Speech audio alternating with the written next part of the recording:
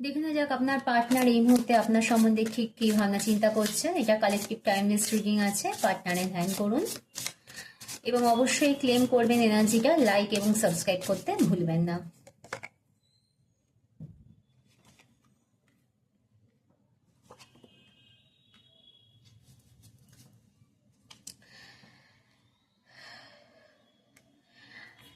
আপনার পার্টনার না কোনো রকম ভাবে একটু কনফিউজড আছেন, মানে এই মুহূর্তে আপনাদের সম্পর্কটা নিয়ে হয়তো আগে পাস্টে এরকম ঘটনা ঘটেছে যে বা ওনার সততা নিয়ে আপনি হয়তো তাকে প্রশ্ন করেছেন।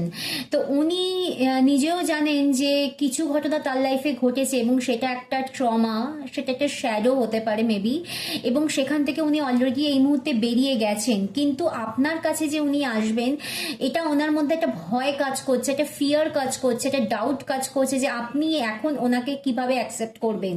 কারণ আপনাদের ফাউন্ডেশনের ওপর কিন্তু ওনার ভরসা আছে এবং এটাও জানে যে আপনি একটু পজিটিভনেসের মধ্যেও আছেন। মিন্স আপনি কিছু কিছু ক্ষেত্রে হয়তো আপনার মধ্যে কিছু কিছু সন্দেহ প্রবণতা বা ওনাকে বিশ্বাস করার ক্ষেত্রে আপনার যতটা আপনার অনেস্টি, আপনার সততা থাকা উচিত, সেটা উনি কোনো রকম ভাবে ডাউট করছেন।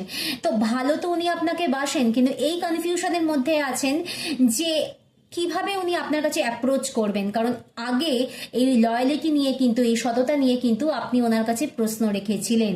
কিন্তু এটাও ঠিক, আপনাদের দুজনের যে ভালোবাসার ফাউন্ডেশন যথেষ্ট স্ট্রং, বেস যে যথেষ্ট ভালো মজবুত, সেটাও উনি ফিল করেন, উনি জানেন। এবং এই সম্পর্ক ভেঙে যাওয়ার নয়, একদিন সব ঠিক হয়ে যাবে এই বিশ্বাসই উনি রাখেন। তো এই ছিল আপনাদের রিডিং।